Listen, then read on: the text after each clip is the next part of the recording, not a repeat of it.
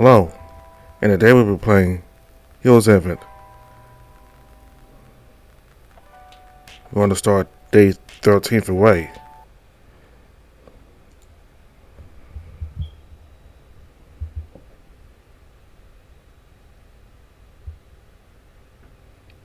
When you came to, you realized you were in the void once again.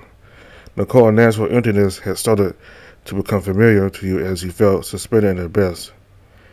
You knew this wouldn't last for long and waited for the next thing to happen as it always did.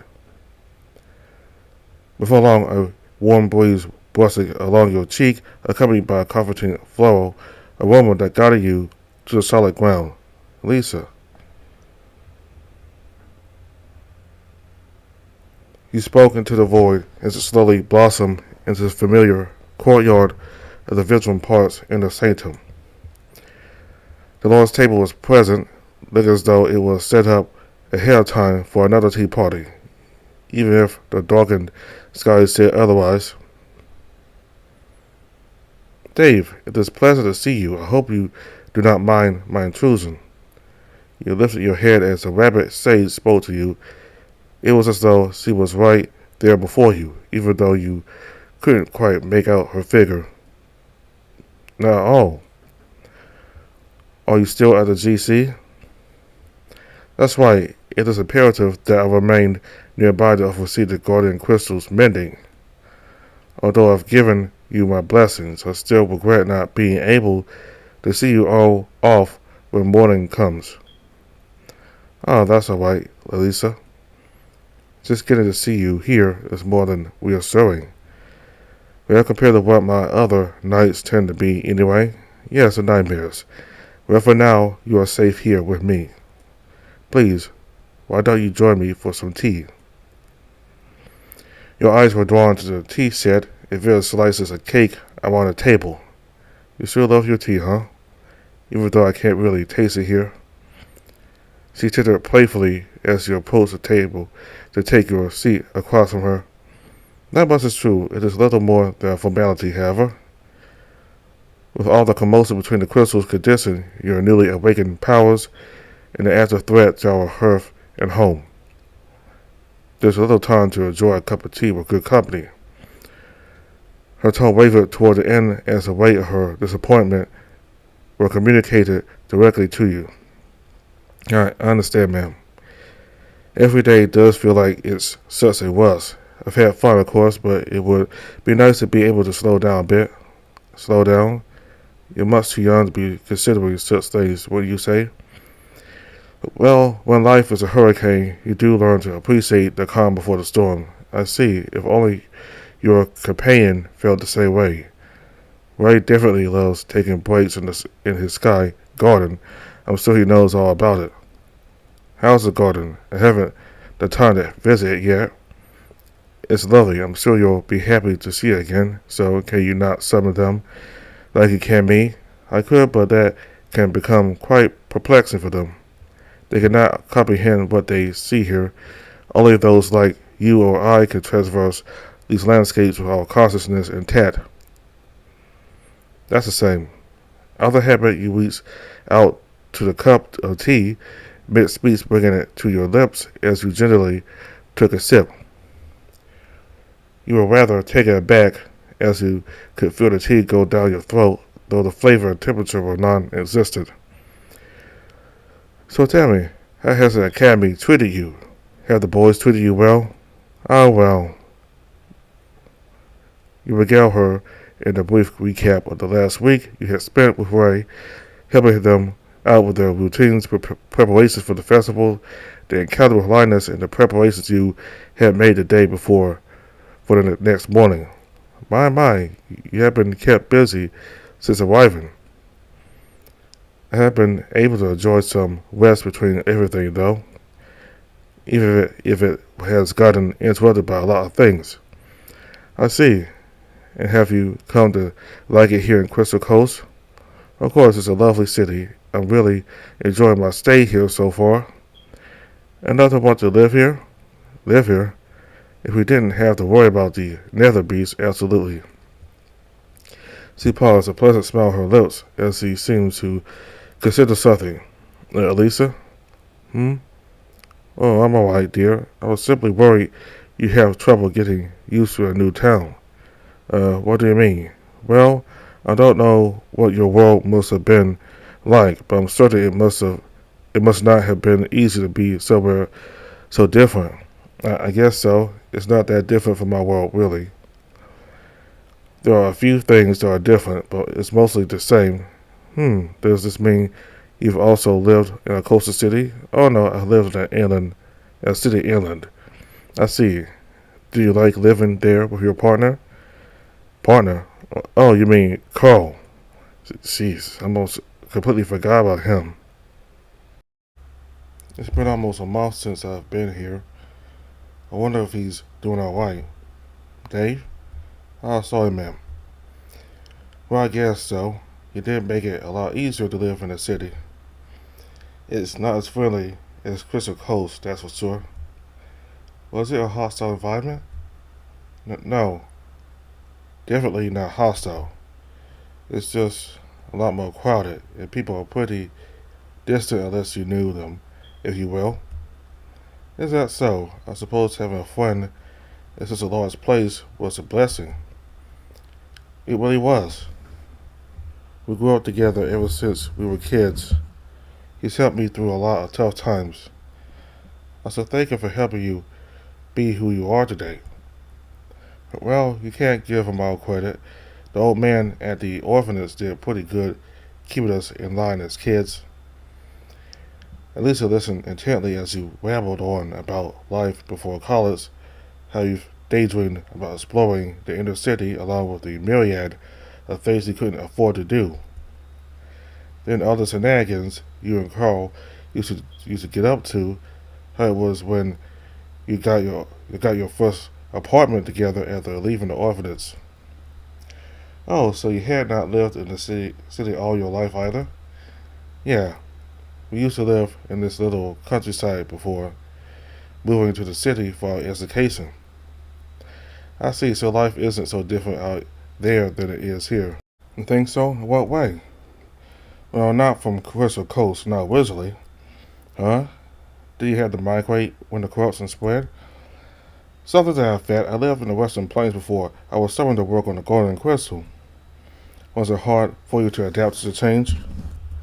It certainly took time, took some time getting accustomed to the commodities of modernity. Honestly, I still find much more comfort in the countryside or forest side. It was all so overwhelming when I first arrived. The voices of the people were laden with so much emotion a person could only take so much. It was the fine young men and women of the guild that helped me get used to the life in the city. Their strong wills and sharp minds reassured me that not all was lost. Their determination was very much a welcomed calm against amongst the stormy hearts of the people. You notice a wistful expression on her face as she stares down at her steaming cup of tea. Elisa, did something happen? Oh, many a thing took place over the course of 20 years, dear. She gave a breathy laugh, lost in reminiscence, and almost sunny radiance emanated from her side of the table like the sunlight on a cold, misty day. There was one full-hearted young man, barely a cadet in the guild's employ when I came. He fancied himself a hero among his peers. I thought we were I thought were he to face the king's forces he would surely be killed in battle. And I had never stopped believing that from the day we met to the days he'd attempt to court me to the day he was taken from me. When the Golden Crystal was at its most pivotal stage, we were warned the king's forces were on their way to stop us. The Galanteers sent their best man among them was my Buffon. When they returned, more than half of the retinue was lost, but the king's forces had been decimated, buying us enough time to complete the crystal. I didn't even get to see him one last time. It was before I learned that I had been with a child for a little over 3 months. The people were sympathetic, but their sorrow only magnified my pain. I retreated to a quiet corner of the city to raise my child. His name is Pasquale. When he came of age, he followed in his father's footsteps, becoming a gallantine, cadet and rapidly rising through the ranks. His father would have been so crossed to see him complete the training in such a cavalier manner. She paused to release a quivering breath. It was only then that you realized her hands had gripped tightly to the tablecloth. He had made great strides in learning about the king and his powers. Many mercenaries from the guild had gone and returned, not from battles, but reconnaissance missions. He was assigned to one such excursion. It took everything within me to beg him not to leave. He assured me that these missions were much simpler than a simple combat. He vowed he would return to me, but that was 3 years ago. When he and his team failed to return, and their crystal signatures had become unreachable, they had been presumed dead. The people could understand a mother's pain, but there were those who were unkind of my plight, and was damned to lose all she held dear. That was the day I could not bear the voices any longer. I left the care of the guardian crystal to agents and fled to the forest. Elisa, please, I need not pity Dave. I say all this to you, so that you be careful. Do not stray far from your companions. I would not be able to live for myself if you were lost as well. I'll try to be careful, Elisa. You don't have to worry. I have Ray and the others with me. If only things were that simple, that simple. It appears daybreak is upon us. It will be time for you to join your companions. It's morning already. Listen, Elisa. When we get back, let's have another tea party. For real next time. I will hold you to your word, my little hero. Till next we meet.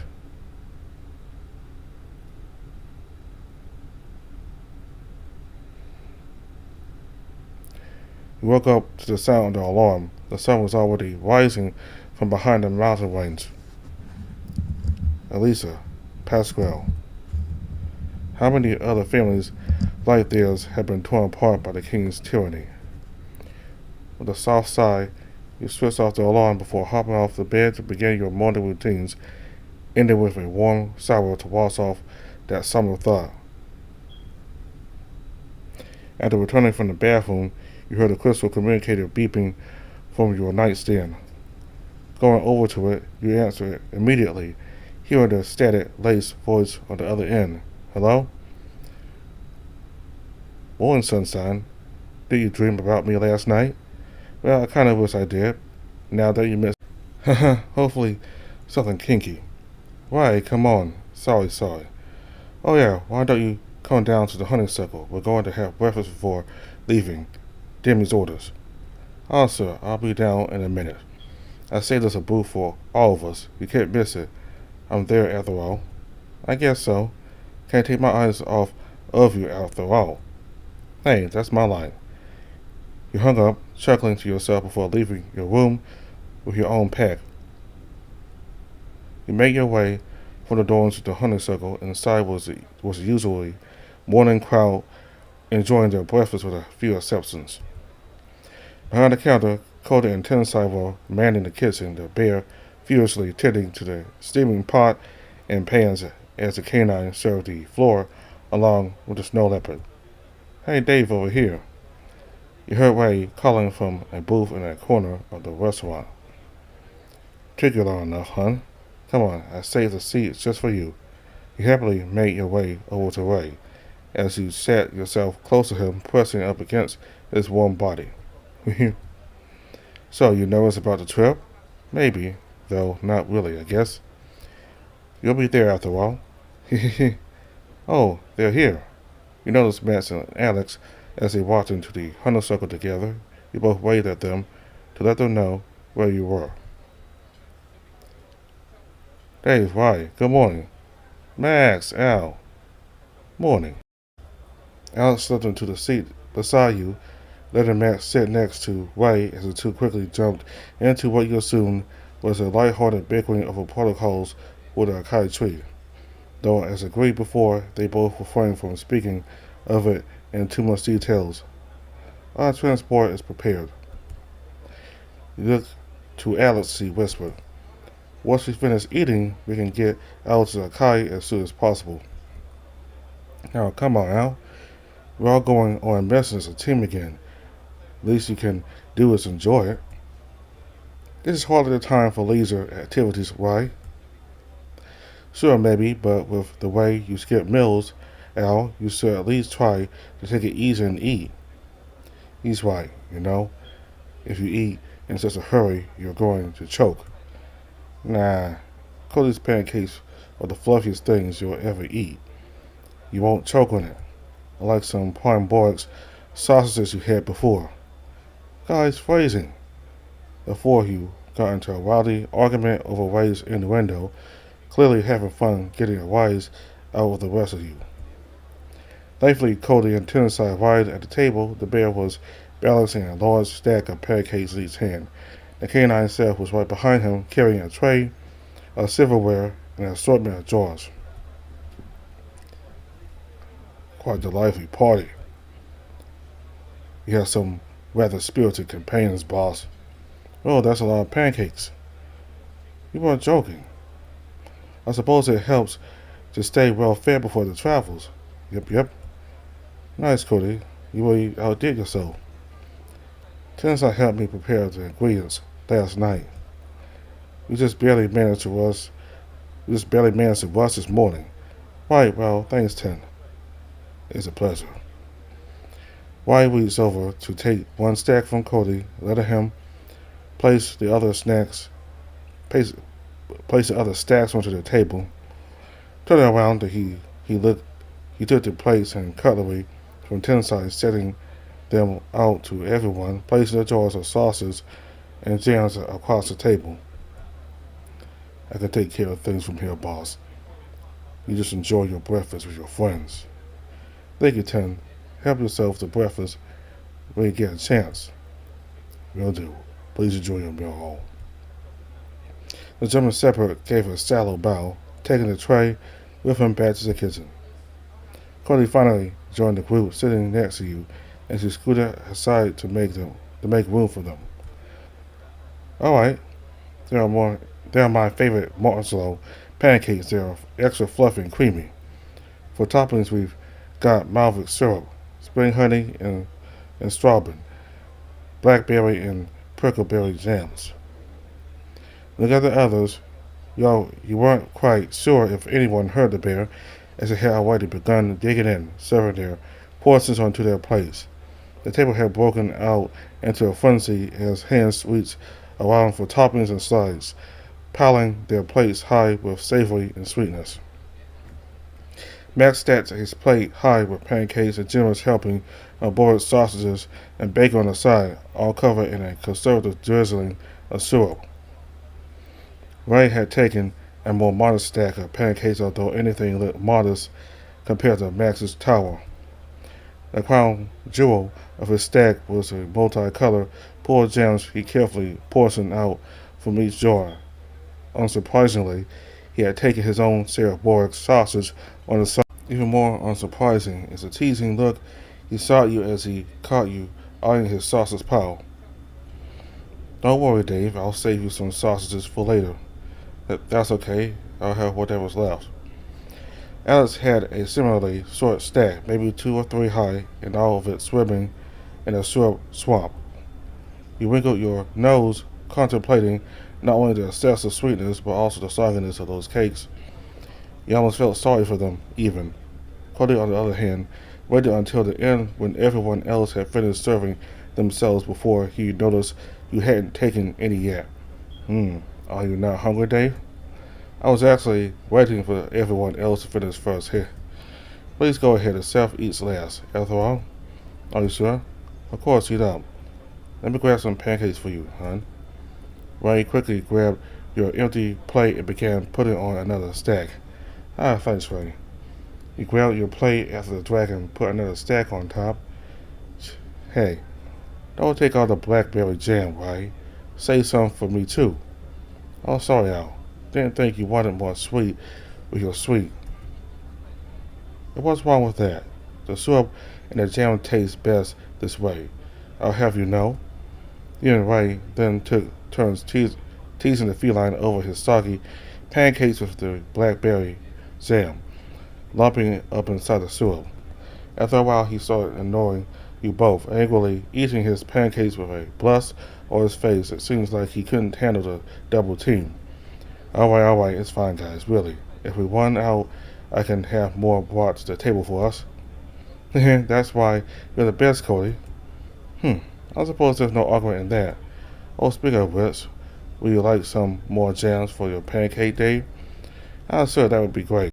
Well, do leave some blackberry jam for Alex, or he get angry again. As you should. Once all of you clean your plates, you join Cody in stacking the plates and cutlery back onto the tray.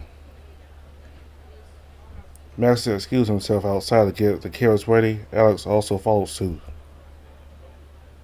It was then that the German Shepherd and the Snow Leopard went by to help. Thank you, S10. We're about to leave soon. I mean no offense, sir, but I suppose it's high time everyone got going.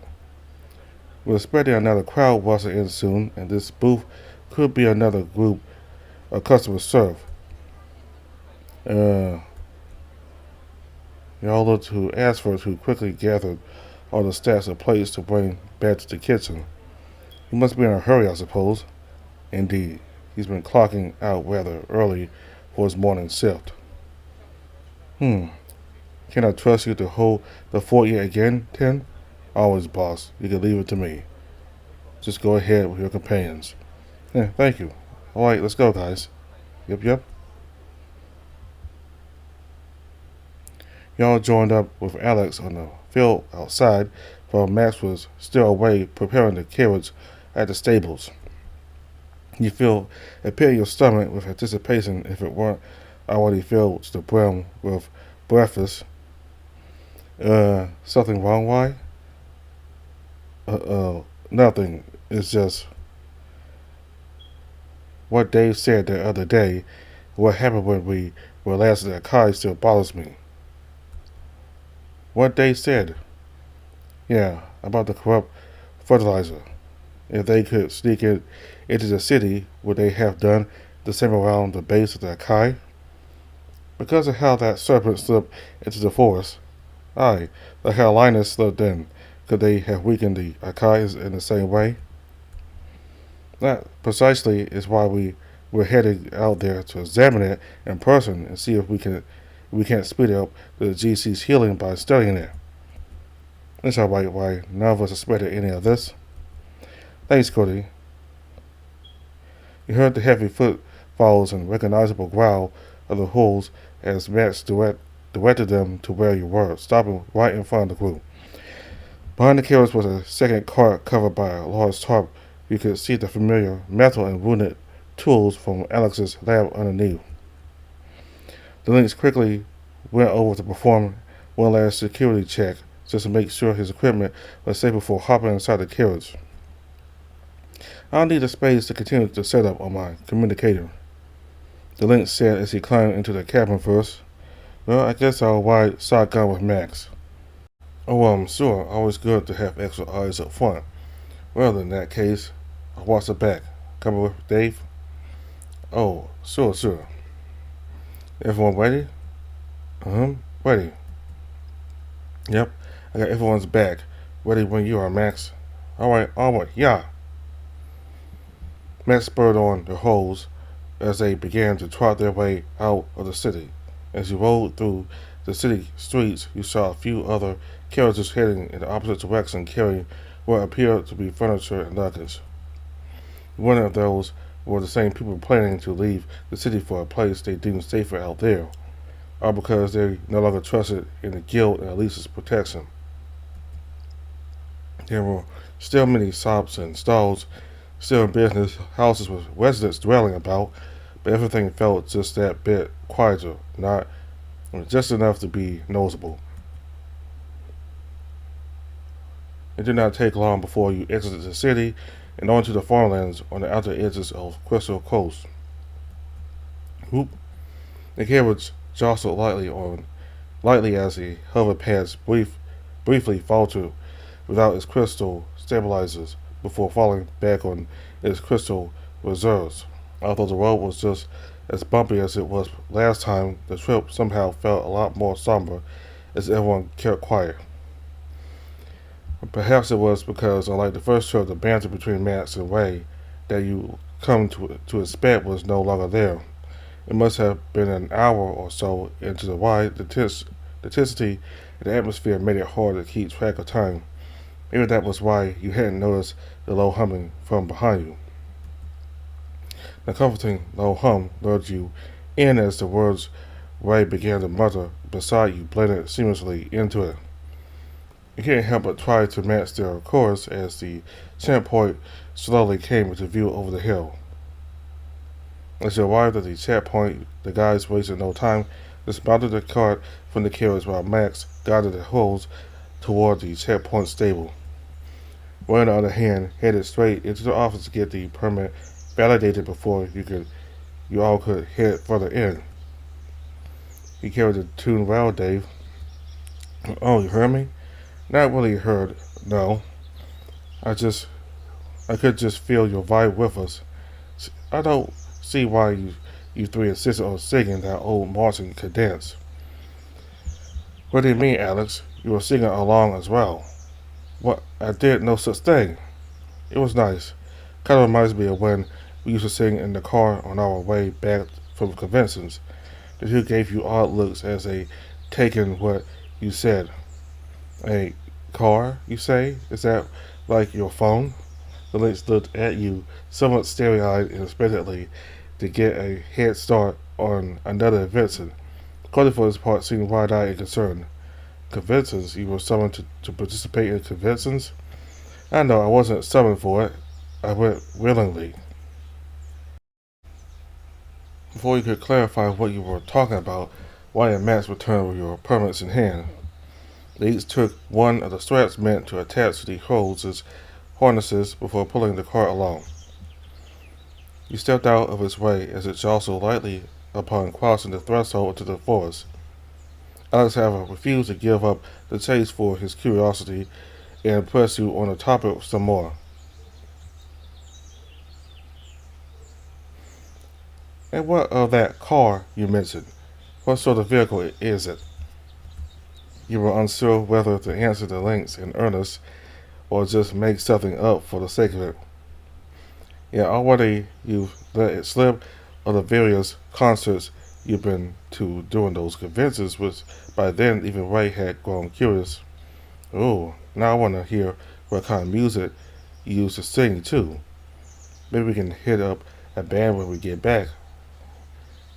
And you said the convention was like our festival, right? You didn't elaborate on that.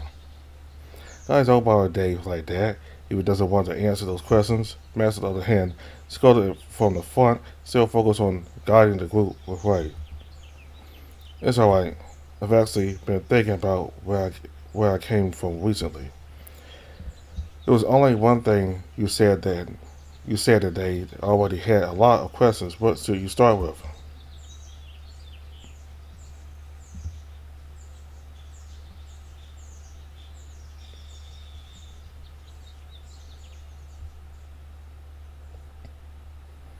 Rather flustered, you tried to explain music players to them, though they didn't seem privy to it.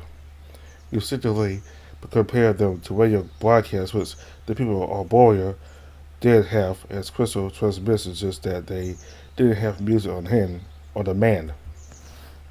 Ray brought up his complaints about how most crystal communication devices were always large and cumbersome to handle and lug around doing field work, which prompted you to mention the ways you used to carry music with you in portable form, piquing Alex's curiosity even more.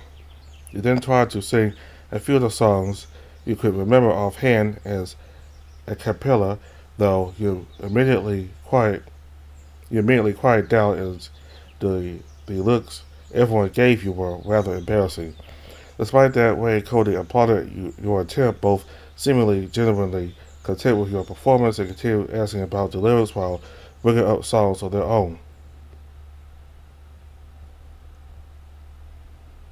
You decide to not elaborate any further, to which the others promptly let you be as soon as they got the hint.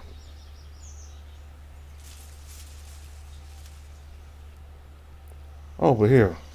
You slow down as the crew arrive upon the clearing at the base of the Akai. It still looked about the same as where you had last visited. The crystals hadn't lost their luster and the tree itself seemed unharmed. Everything looks unchanged. We don't know that for sure yet.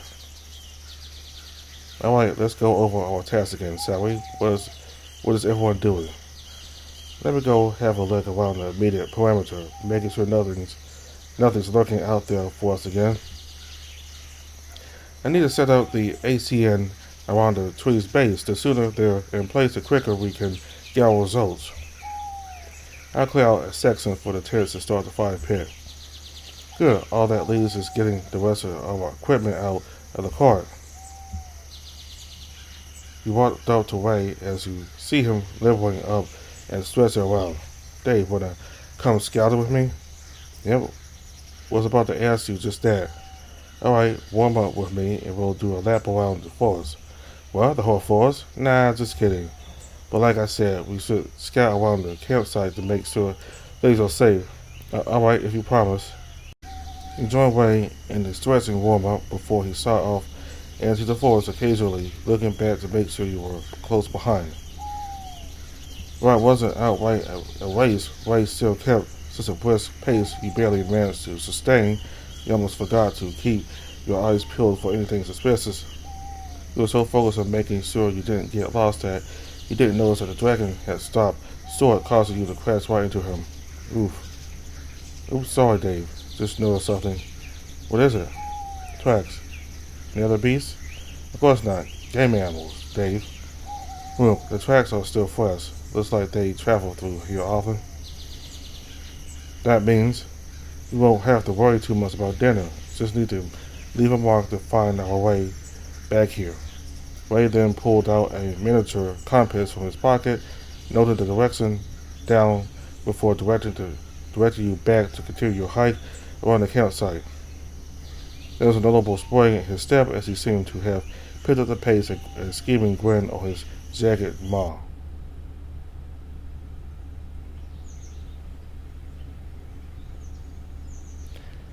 Before long, you both stopped in your track as you heard Cody calling out for everyone. Huh? Was that Cody? Yeah. Sounds like lunch is ready. Let's head back, shall we? After you. As you and Ray returned to the Akai base, you could see the others already sitting by the fire pit. Ray decided to grab a seat by the crates that used to house Alex's equipment while you sat on one of them. Cody then began serving lunch to all of you. You looked down at the hardwood bowl Cody passed to you and you felt perplexed. That sight seemed to be a goopy, stringy, chunky mass of pale broth. You pulled at it cautiously with your spoon while Alex seemed to have no problem slurping the soup dutifully. You could see Matt swallowing his trepidation before letting it out alongside. I definitely didn't miss this part of camping. Don't gotta tell me twice. Sorry guys, since there really aren't any other ways to transport rations long term, we'll have to make do with this. Honestly, it's not so bad as you guys make it to be. If you close your eyes, you can hardly tell the difference from Cody's usual meals. Alice said nonchalantly, eyes closed, as he casually shoveled a goopy sludge of a gruel into his mouth. I think I'll pass. Probably can still hold out until dinner anyway. You're lost, fine. Actually, Cody, you still got some of those nut bars? Yes, but those are emergency rations, right? For emergencies. Yeah, well, this is an emergency, Cody. I'm starving, you see. Cody gave Ray an unamused look as he pulled two of his nutritious snacks from his pocket and gave them to the dragon. He also passed another few to you and Max. Sweet. Ah, nice, thanks, Cody. Max happily accepted them, crusted them into the gruel, giving it an almost granola and yogurt appearance before digging in. Yeah, you're welcome. You looked down at your lap between the bars in the bowl. What do you eat?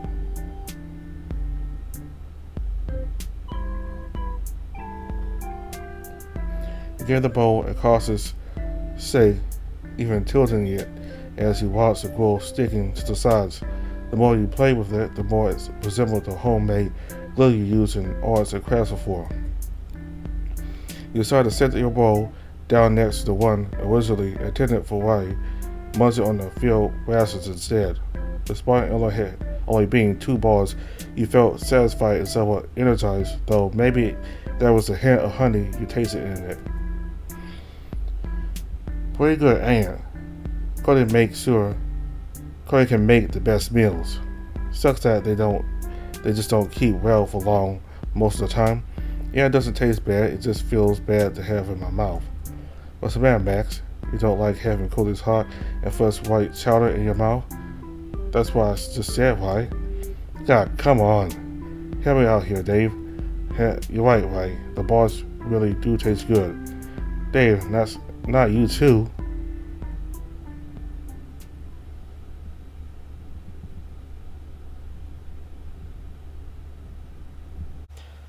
Alright, Ryan and I will go out and hunt some game meat for dinner and breakfast tomorrow. We'll stay here to keep.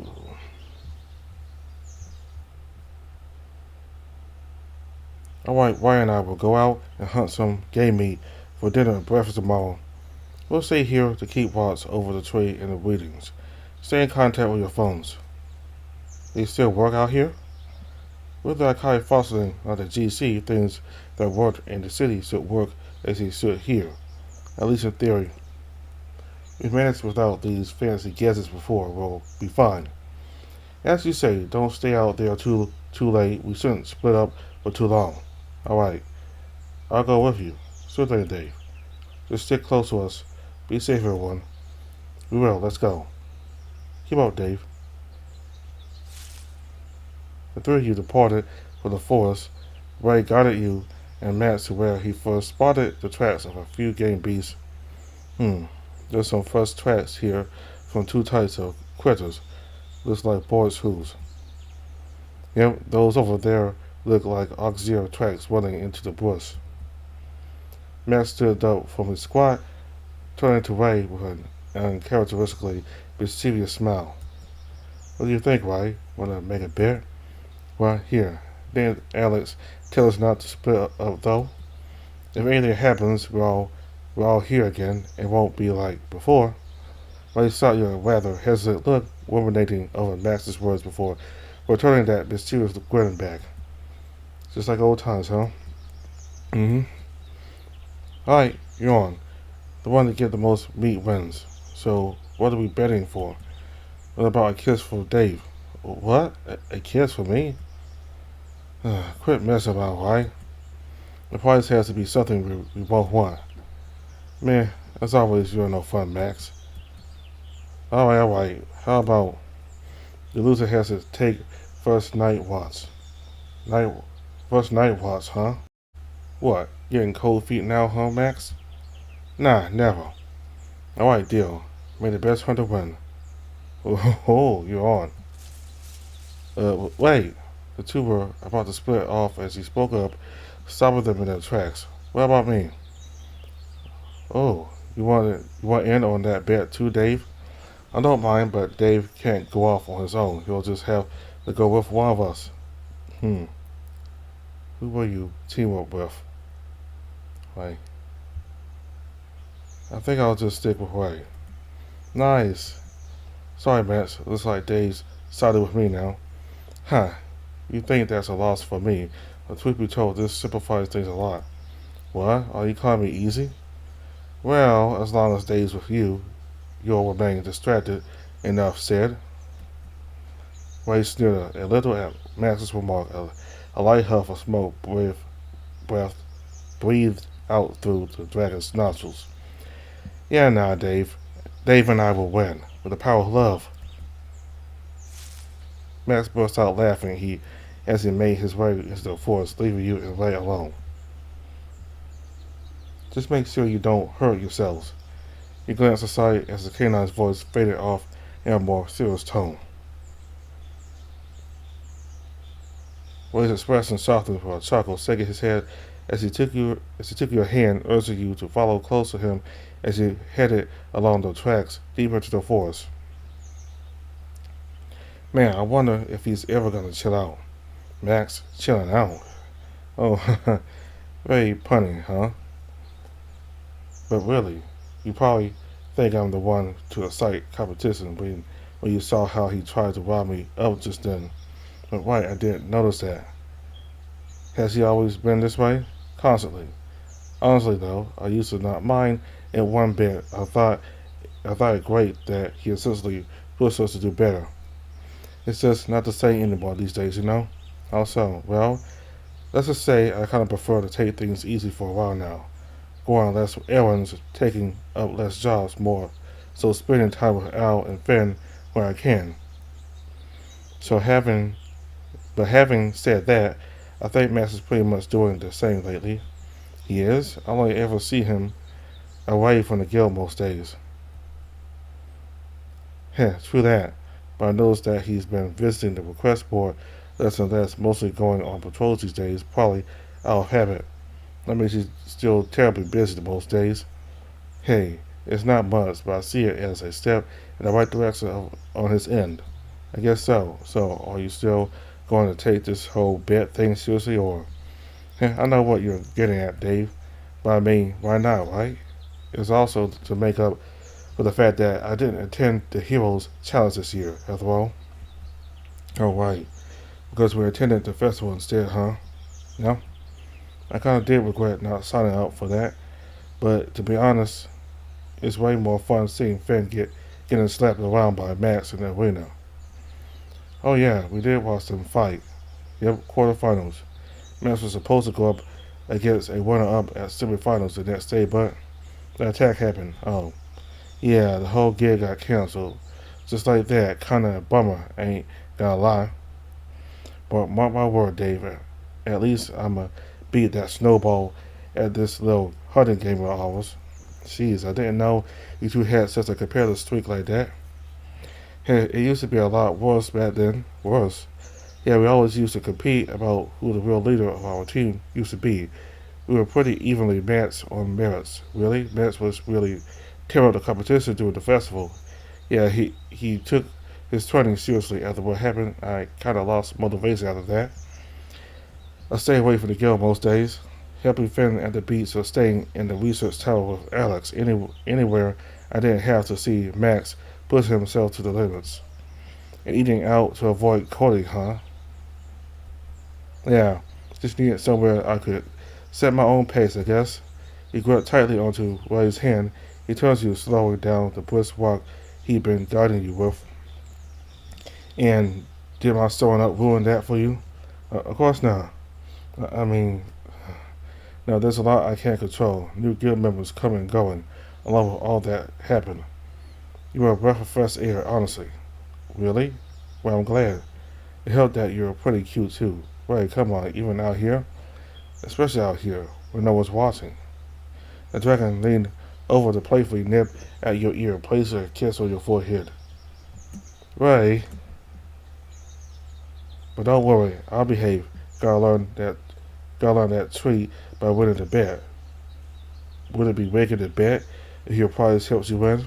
This means I get to be your prize too, love. Ah, guess I'll hold you to that then. You shared a mutual smile before moving forward, a light spring in your step as you easily slipped into an enthusiastic sprint.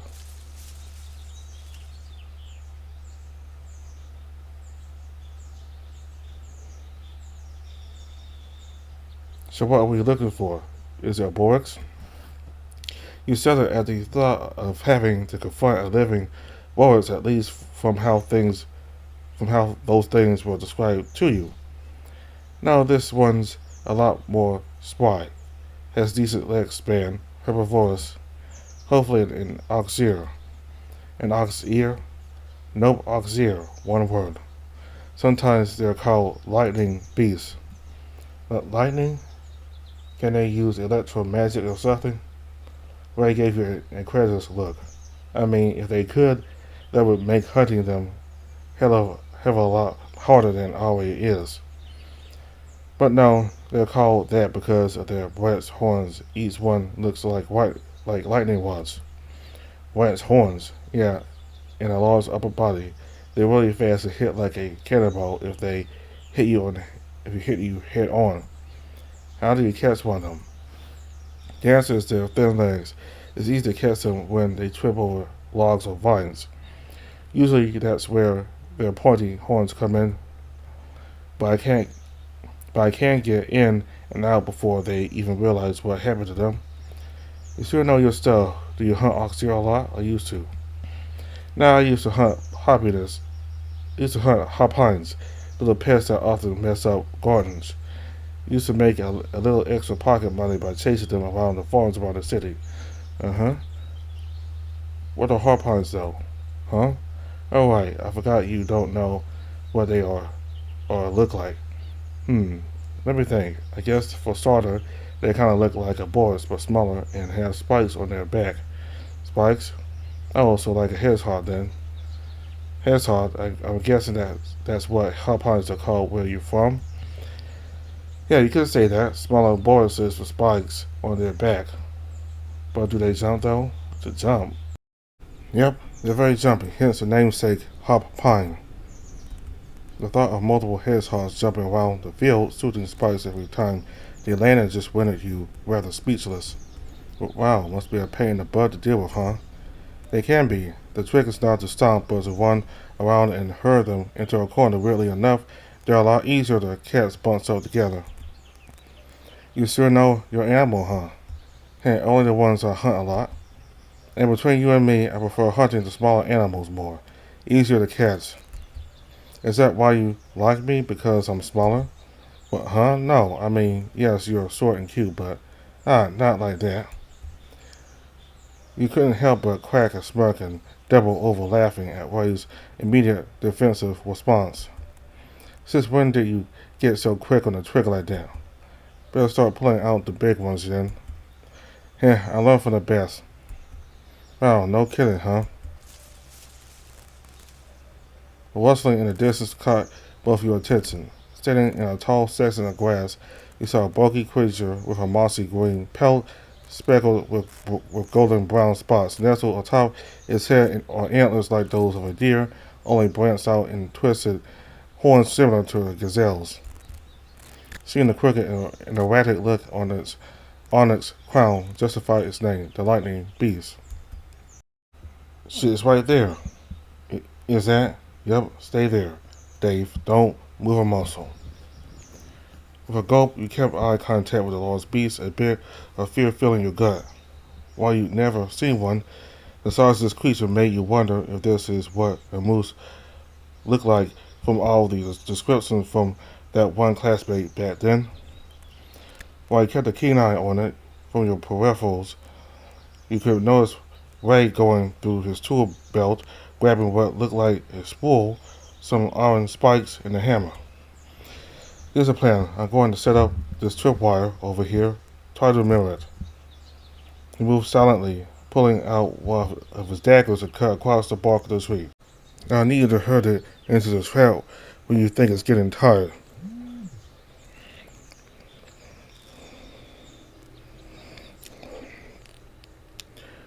I need you to herd it into the trap when you think it's getting tired. Try not to get too close or threaten it too much. It might try running through you. How would I do that? You got your sword, right? Just wave it around so it knows you're waiting for it. Alright?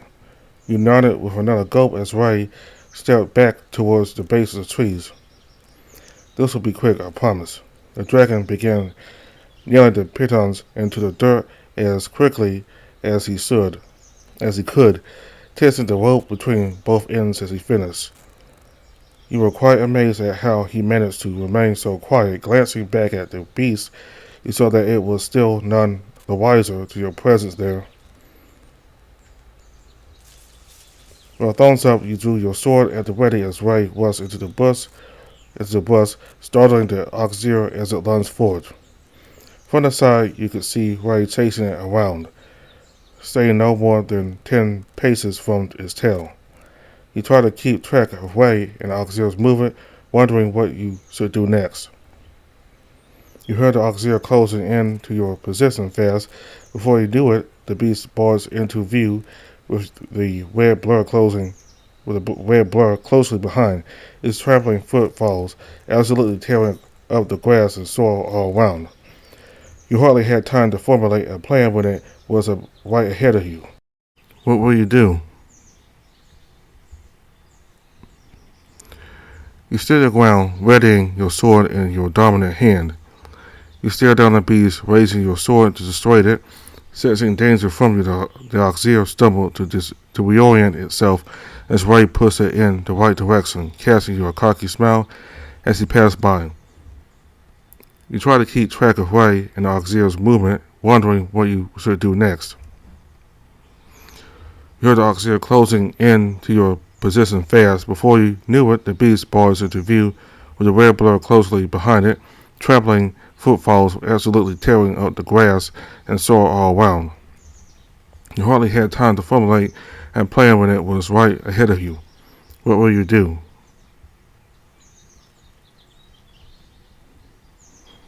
You quickly seized your sword as you backed off onto the other side of the trap wire, positioning yourself at a safe spot. You weren't sure if this would work, but you hoped that you could dissuade the beast from taking the escape path that you blocked. Luckily for you, Ray kept the auxiliary on the move, able to hurt it with you at a safe distance for his quick maneuver. You tried to keep track of Ray as the auxiliary's movement, wondering what you should do next.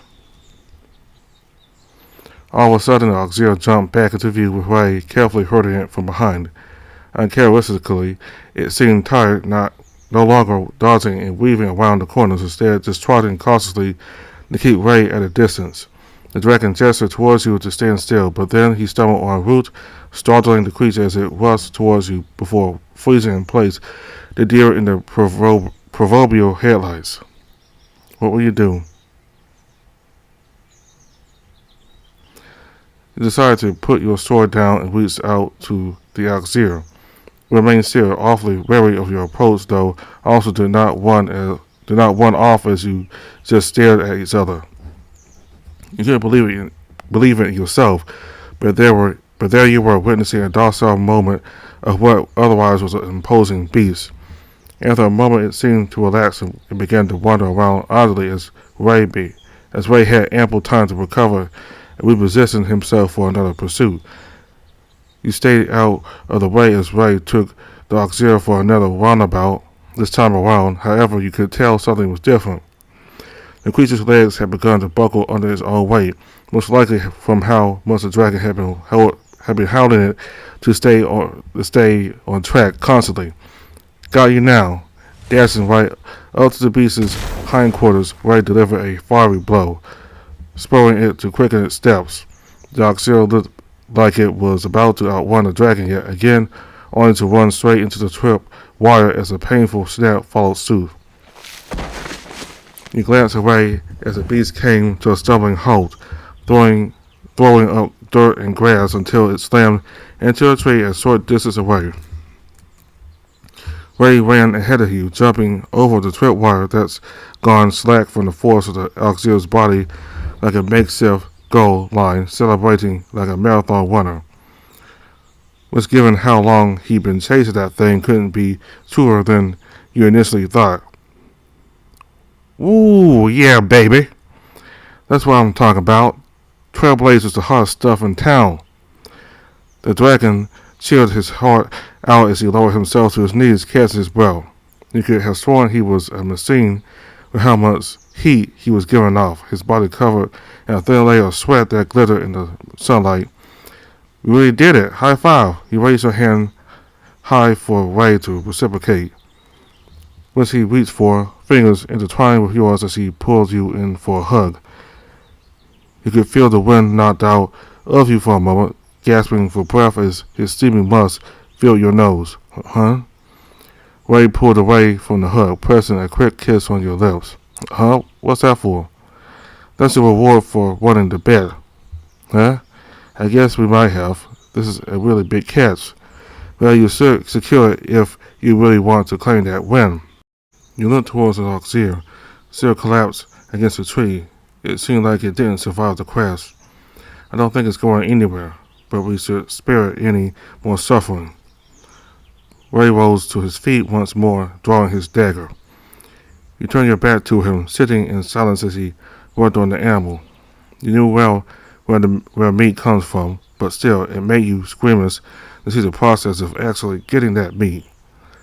You spent your time looking over your sword for any signs of damage after you hunt, while Ray dressed down the beast, apparently keeping it mostly whole, so you noticed from the occasional glance. All set. You turned around at the announcement. Most of the animal's body had been removed. You could hardly tell the blood on Ray's hands, blending almost perfectly into his claws. Give me a hand here, would you, Dave? Okay. You walked over as Ray handed you what seemed to be the same length of the rope used in the tripwire. He then instructed you to tie those to the Oxyr's legs. The bulk of its body, or rather what remained of it, was placed over the small tarp, all ready to be dragged back to the camp. When you made it back, the sun had barely made its way past the canopies as it descended over the tree line. Max was the first to spot you as you returned to the campsite. Ooh, ain't she a beaut? You could see Max's tail wagging as he looked at the haul you brought in. I don't think we got Oxyr this time of year in the Crystal Coast. Oh, a fatty Borix and Oxyr venison. This will keep us fed for a whole week. If it'll keep that long. Is it with the ice crates we bought? Could you chill them before you go wash up, Max? Sure, I'm on it. As Cody got to prepare the catches of the day for dinner, Max and Ray got into their typical heated discussion of who won the bet. Though it wasn't long before it dawned on both the canine and the dragon that no one had brought a scale to weigh their respective catches. Ray, we did all that work for nothing? It's not nothing, Ray. We still got plenty of meat to go around. I guess so, especially with our lucky charm on my side. Come on, Ray. Give yourself some credit. You've always been good at hunting. There's no outrunning the trailblazer. Yep, you guessed it. Some help. Dave deserves just as much praise. A team effort then. Thank you for the venison, Dave. Ray, don't say it like I didn't do anything either, Max. The hussy had a hearty laugh at Ray's expense, giving you a congratulatory head pat. So what do you think? Who won? I think it's fair to say we both did. How about calling it a draw? A draw, huh? Guess we should have expected this to happen. Guess so, but you gotta admit, mine's bigger. Yes, but it's not just about the size, right? It's about the quality. Sure, keep telling yourself that, bud. Your Ray sat by the fire with Cody as he worked around the cooking station. Okay, all done with the ice crates. Thanks, Max. You are. Well, I think I'm heading out to the lake to wash up. You two want to join? Oh, great call. I can help you wash all those hard-to-reach places if you want. I don't think that's necessary, right? But of course. Where I'm coming with Dave? With me? Yes. Are you not coming, Dave? We need to wash up. Can't just have dinner like this, right? Yep, agreed. Besides, I don't mind if we're going for a trifle here. I guess so. So what will it be, Dave?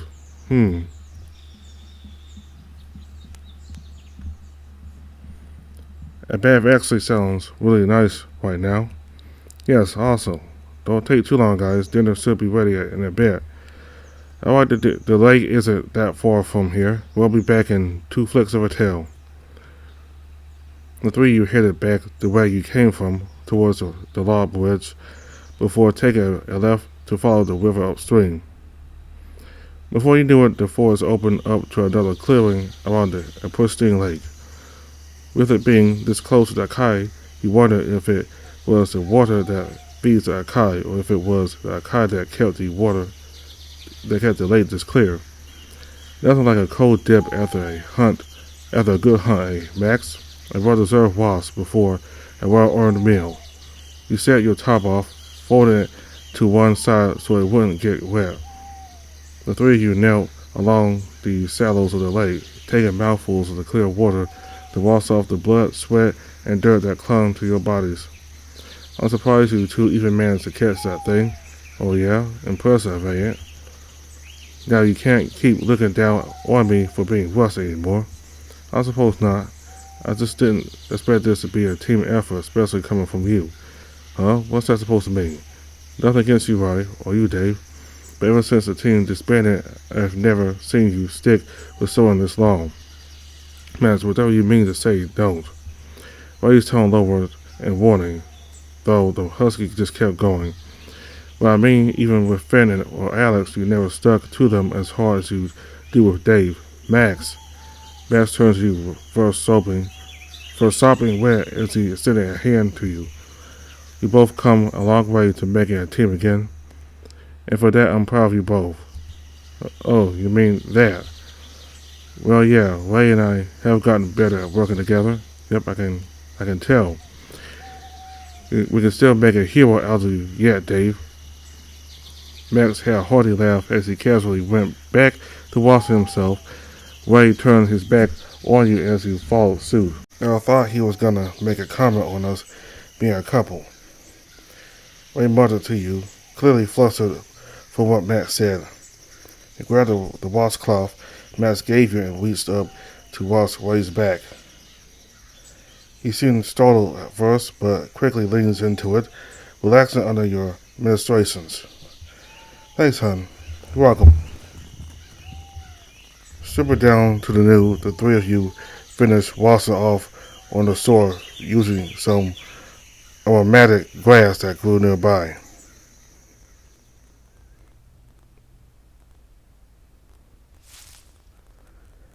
As you got back to the camp, you found that only Cody was present as he sat by the fire pit, keeping watch over the cooking pot next to him. Oh, welcome back. You guys are quick. Sorry, Cody. We were out of luck. Couldn't get a three-way going. Wait, phrasing. Yeah, nothing like that happened, of course. Unless... what are you guys talking about?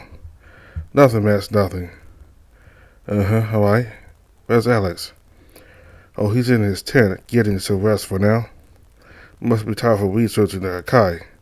No doubt, Alex got a person for overworking himself. Yeah. So, since you guys came back early, dinner's not quite ready yet. Not at least for half an hour. Oh, well, no harm done. Just a little more time to kill before then. Yeah, I will probably wake up by then anyway. Well, I should probably go for a little snooze in the meantime. Alright, just don't show up late.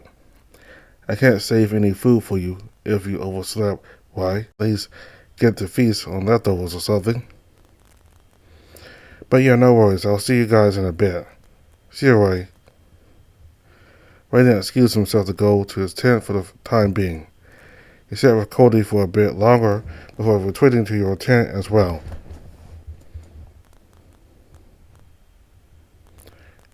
You unfold the bedroll waiting inside, laying down upon it as you decompress from the day's events. Staring at the canvas ceiling of the tent, you listen to the forest song, along with the distant roaring of Alice's machines and the burbling of Cody's cooking pot. Your body felt heavy at last, resting from the day's events and having the soothing bath at the lake. Your mind felt hazy as a smile spread over your muzzle, thinking back fondly over the dragon's dogged determination to pursue the Oxir. His method was very brash, impulsive, risky even, but the sheer tenacity he had to see it through to the end, there was something about that you couldn't help but admire. Your eyelids grew heavy as you rolled on your side, the last conscious images conjured by your mind being a dragon's satisfied smile.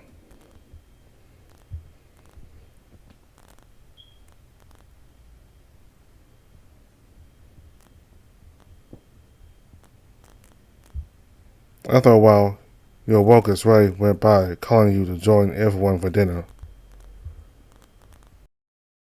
Leaving your tent, you noticed everyone already sitting by the pit while Cody stoked the fire, still preparing to serve up dinner.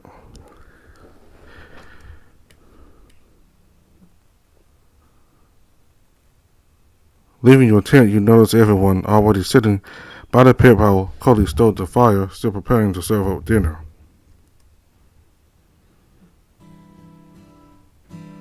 So, we late? Thankfully, no. You guys are right on time. Alice just woke up not too long ago. How was a nap, Al? Could be better, but I can't complain much. I didn't go all out on a hunting trip like you did. Yeah, that's true. Well, how are you holding up, Dave? Oh, I'm alright. You replied with a smile as you sat down beside Ray at the fire pit. The cooking pot was already set aside, and the mouth-watering smell of curry was making you hungry. Are you right? Honestly, pretty good. Pretty great. Kinda miss sleeping in a tent on our camping trips. Good to hear. What about you, Max? Where have you been? I was climbing the Akai. Whoa, doing some specs up there? Not exactly, but sure, maybe I have. I mostly just enjoy the view from up there and keep an eye out in case there's danger lurking around the perimeter too. You are keeping an eye out for us? You always been the vigilant one after all. Yeah, that's Max for you.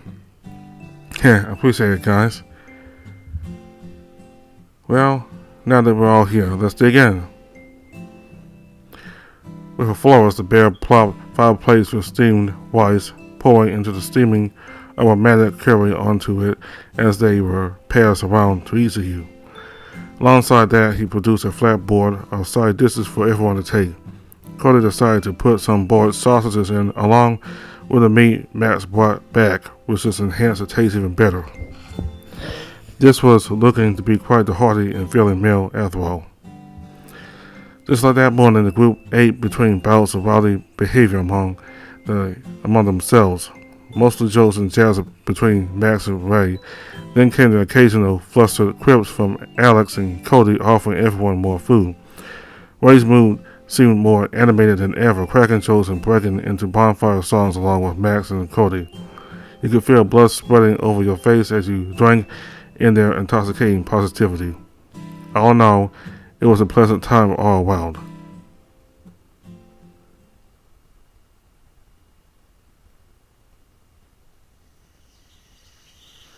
Most of the food was thankfully finished off by the time you all were done. Alex was the first to retreat to his tent once again while Cody was busy washing out the plates, cutlery, and pans with the water he collected earlier in the day. The 3 of you were still resting by the fire when the Malamute stood up all of a sudden. Well, I said get going. You're taking first watch? Yep. Sure don't want me to come with? Max cast a look to you for a brief moment before addressing Ray again. I'm sure you worked hard today. Get some rest. You too, Dave. Good hustle out there. Thanks, Max. Will he actually trade sets with me, Dave? The dragon gave you a forced smile, a mutual concern for Max's typical behavior. You nudged him in the shoulder with a nervous smile of your own. Come on, Ray. Max trusted you. Have some faith in him. Yeah, fair enough. You make a good point. Guess I got no choice but to give him a benefit of the doubt. That said, we probably should head to bed sooner than later if we are to stay well rested. Good call. Ray seemed to lean over to kiss you on the head. You also leaned your head in happy to oblige as he added an extra nuzzle to the act. Good night, Dave. And you too, Cody. Don't stay up too late. Sleep well, Ray. You're not heading to bed yet, Cody? In a bit, maybe. The bear half nodded, more focused on the delicate process of handling the hot coals. He sat back and enjoyed the warmth of the fire pit for a bit longer before bidding Cody good night as you retreated to your tent. Entering your tent, you found it a good deal smaller on the inside than when you were here last. Right? Oh, hey, babe. Made myself a home. Hope you don't mind. The dragon laid lazily on his own bedroll, probably taken from his own tent and placed beside yours, his vest daggers and knapsack pressed against his side of the tent. Not at all. Instead, removing your own top, folding it blindly before laying it next to your knapsack. Though you had already rested earlier, the padded cushion felt just as heavenly the moment your back hit it. Rowdy day was it, ain't it? Yeah. Rowdy day that was, ain't it? Yeah, you can say that again. It was quite a rush going on that hunt with you too. Right. You handled yourself really well out there, hun. Much better than the last time with that nether beast, at least. Yeah, true that. But this is different. This is an actual hunt, not a fight to stay alive. Besides, it's just like old times for us. Almost like nothing has changed. Well, almost. We have you with us now. Me. Yeah. No matter what happens, I'm glad I got to share these moments with you, Dave. Didn't take you for a sentimentalist, right? Why, that's a bad thing?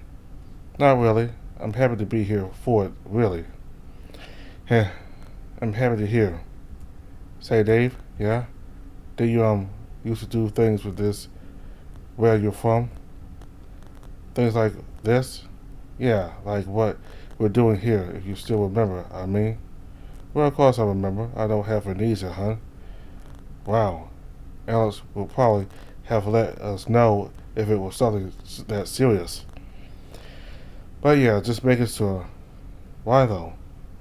Oh, it's nothing. Just what you said on the way here this morning has kind of made me think about it.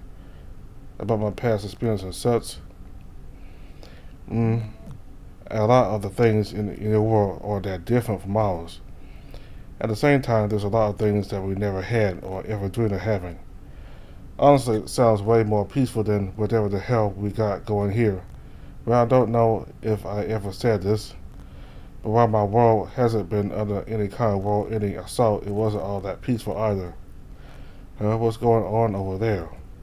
All sorts of things, hun. I remember still hearing news about it all the time.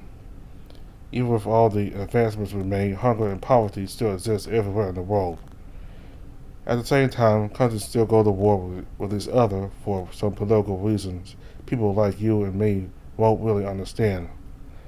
And on top of that, the environment has been progressively getting worse. Natural disasters still claim many lives every year. So that's how it is, huh? That actually sounds very much like how things are in this continent. But even if it's too good to be true, I bet you could still have a nice, quiet life over there. Unlike here. Geez, Ray, you make it sound like you just want to leave this place behind. I won't lie, sometimes I do. He rolled over to look at Ray, his face scrunched up in consternation. He reached for his hand as he accepted it quietly, his face relaxing as his fingers intertwined with yours. Talk to me, hun. What's up? Well, I mean, look at me. I ran away from Cody, hid out at Finn's, prefer being in the Sky Garden most of the time. Fastest runner in the guild for a reason. He gave a bitter laugh, swallowing back equally biting words. I wish we could all just leave this godforsaken stupid war behind. He squeezed his hand firmly. He squeezed back harder, almost like a stress toy, until he eventually calmed down. I used to think that way too, hun, a lot. You placed your own hand over his, clasping it between them. When I was a kid at the orphanage, when a caretaker would annoy me, when I used to get bullied when the uni coursework got too much, I used to retreat into other worlds, a world like this one, with people like you, like Matt, Cody, and Alex. I would have anything to leave back then. And in the end, I still had to go back. And you know what? Yeah? I came back stronger. I just needed some time to recover. Wasn't weak. Things just got too much all at once. Ray turned to you, letting off a playful scoff as he cupped your cheek in his other hand. Not everyone can just go to other worlds on a whim, Dave. No, but we can still forget our problems. Even if it's only for a little while. You closed the gap in between as you locked lips with the dragon rubbing up against him. You rolled over, your back facing his as you fit perfectly against him, like a little spoon to his big spoon. With his hands clasped over your stomach, you both chuckled, exchanging tales of distant places for distant times, regaling him with the cities and towns you'd been in since the orphanage. He had tales of the cities beyond Crystal Coast, from the sprawling marshes and woodlands towns of the west to the riverside and coastal villages of the east. Those were all places he was fortunate enough to visit as a dragon child, places that neither of you were sure you'd ever get to return to now that the corruption had clamped down hard. Though that summer fat never got the chance to settle, as the jokes, banter, and teasing remarks took you both away from the moment. You weren't home, you weren't in Arborea, you weren't anywhere, simply existed in a moment in time with Ryan. And even as you returned to the abyss of slumber, it was with a rosy glow of red before it returned to black. For that you were more than happy, and you were certain the dragon also shared the sentiment.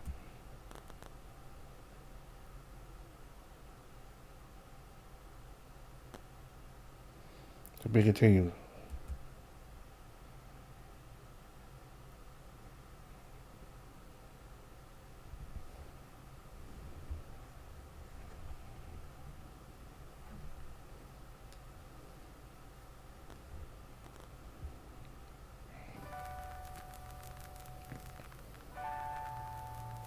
So that part where Dave said to Ray that when he gets stressed out, he escapes to different worlds, and that it doesn't last forever, but he enjoys it while it lasts. So, is that a hint that as soon as whatever Dave is destined to do, like defeat the evil king, that all this will end, and that Dave will wake back up in his world?